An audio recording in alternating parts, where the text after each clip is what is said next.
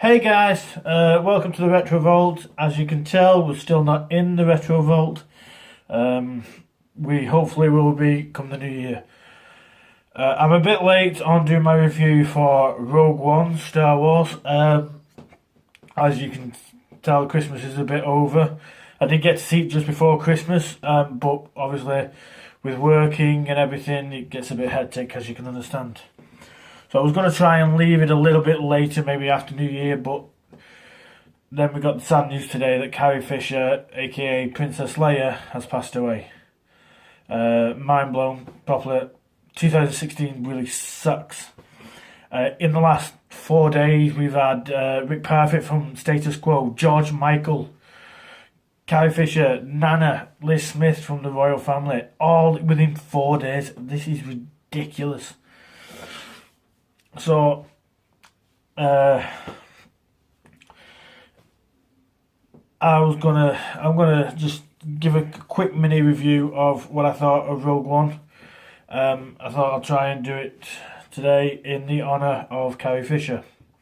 By the way, before I start this, I have found personally that I can't talk about a film without giving spoilers away, so I'm going to tell you this now. Spoiler review. Spoiler alert, spoiler alert, spoiler alert, because I've tried to do it and I end up kicking and saying something. So, yeah, spoiler alert. So, Rogue One, Star Wars story. The film is fantastic. I really enjoyed Rogue One. The characters are really good. The acting is really good. The pacing is weird. This is my... Let's do the good. Let's do good things first. Okay, the good thing is the cast they got for this. They are phenomenal. All the way... Alan Tudyk as the droid is fantastic. He's probably the best thing in it. He's going to go down as one of those Star Wars legendary characters. The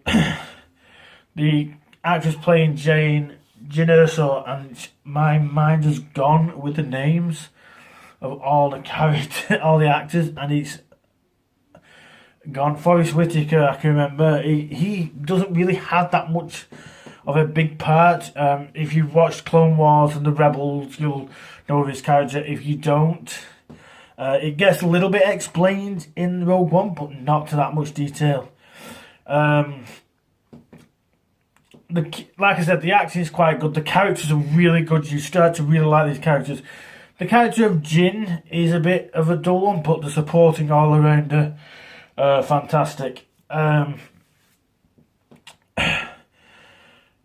bad. Well, let's stay with the good. The good, with the special effects are fantastic in this. This is a Star Wars film. ILM, Industrial Light and Magic, have done the effects. And considering it's the fact that it's Industrial Light and Magic who convinced Disney to make this film, shows how much the effects are really good. The bad. That the story is good. The story is good. The pacing's a bit off. It's really slow all the way to about halfway, and then the rest of it is just all blown out Star Wars action.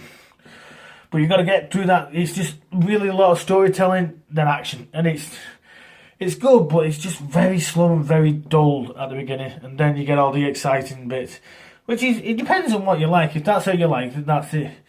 The ending. If you figured out how Rogue One's going to end, you know how it's going to end. Yeah, it ends pretty much the way you're going to think of it. Everyone gets... Yeah, everyone dies, pretty much. It's like the Magnificent Seven of Star Wars. It literally is like the Magnificent Seven of Star Wars. A couple of nice key things I can say about it is... The effects for Peter Cushing blew me away. If you haven't seen it yet, you'll get... Peter Cushing is back in it, playing Grand Moff Tarkin. Well, I say he's back in it. There is an actor from Holby City, I can't remember his name, who is the body double, and then they've CGI'd Peter Cushing's face onto him. And they do the same thing with Carrie Fisher at the end. Yeah, young Princess Leia does appear at the end of Rogue One, and it literally ties it in as it's 10 minutes... ends pretty much, well, we don't know. They don't say when it is. It could be months, it could be a day, it could be weeks before New Hope. It's a very short period, let's put it that way. So all in all, Rogue One is a really good film, and it's a nice one with Star Wars. It kind of gets rid of the plot hole of the easy way of destroying the Death Star that is addressed in this film, kind of making it a bit more of sense. It also brings some characters back from the prequels, as in Bail Organa, so it kind of links the two films together, which is quite good. So all in all, it is worth a watch. There are some pacing issues, but for a Star Wars prequel, I think it's amazing. Anyway, that was a quick review. I'm going to have to go. I will see you all in the new year. Out.